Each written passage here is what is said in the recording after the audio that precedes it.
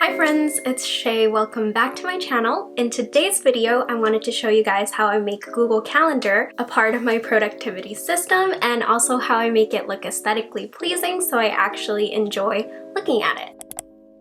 This video will be broken down into a few sections. The first is what I use Google Calendar for. Second, how I integrate Canvas onto my Google Calendar. Third, how I organize my Google Calendar, my tips for using a digital planning system like this, and how I made it look aesthetically pleasing. So let's get started.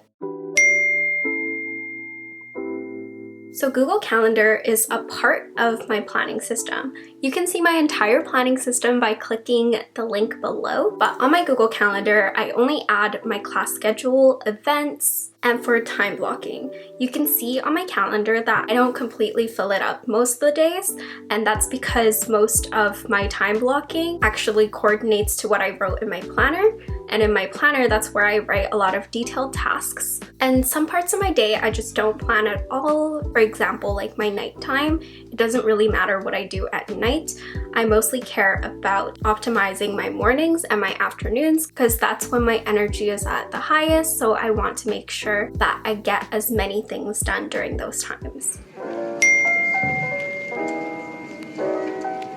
So on the side of my Google Calendar, you can see all of the different calendars that I have. Usually what I have highlighted, so Shay, Brand, Class, Study, YouTube, and Canvas are the only ones that I have open normally. As you can see, I have office hours, reminders, Square, and tasks that I don't have highlighted. I use office hours to add in the office hours for my TAs and profs, so I can easily open it to see if it aligns with my schedule or if I can even attend, or if I have an exam coming up, maybe I would need to just make a special appointment with them. I use the Square calendar for my part-time job as a lash technician, and right now I'm not really practicing, so I just have it closed.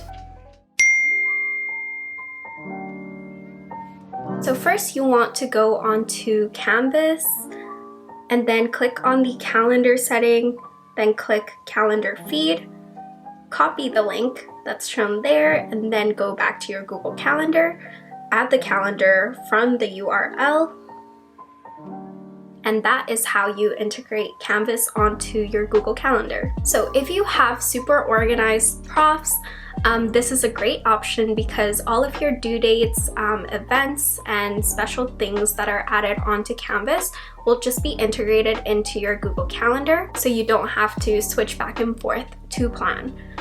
But I don't really know how often they refresh this, so I would always make sure to check back onto Canvas if you have profs that change due dates often, or if they did tell you that they changed the due date, you want to just make sure that the information on your calendar is updated.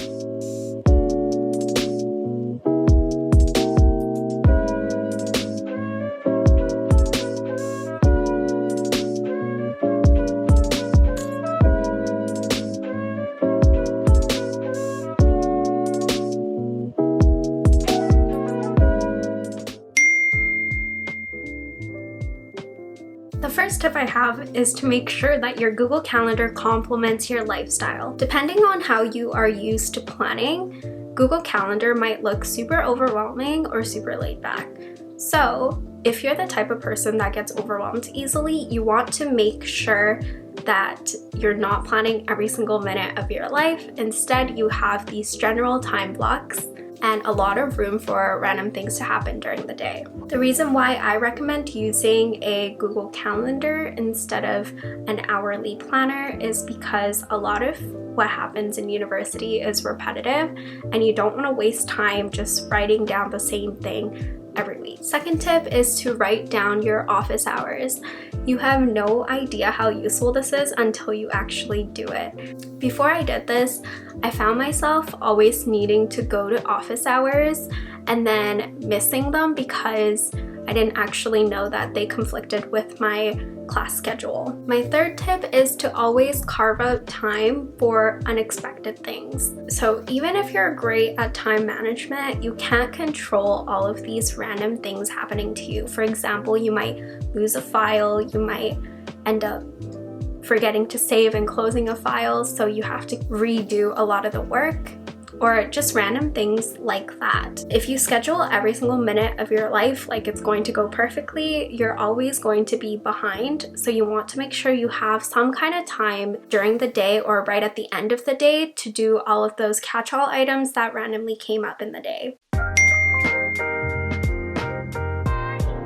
So this is what my Google Calendar looks like. I used a lot of the colors that I really enjoy. How I did this is by first having a color scheme.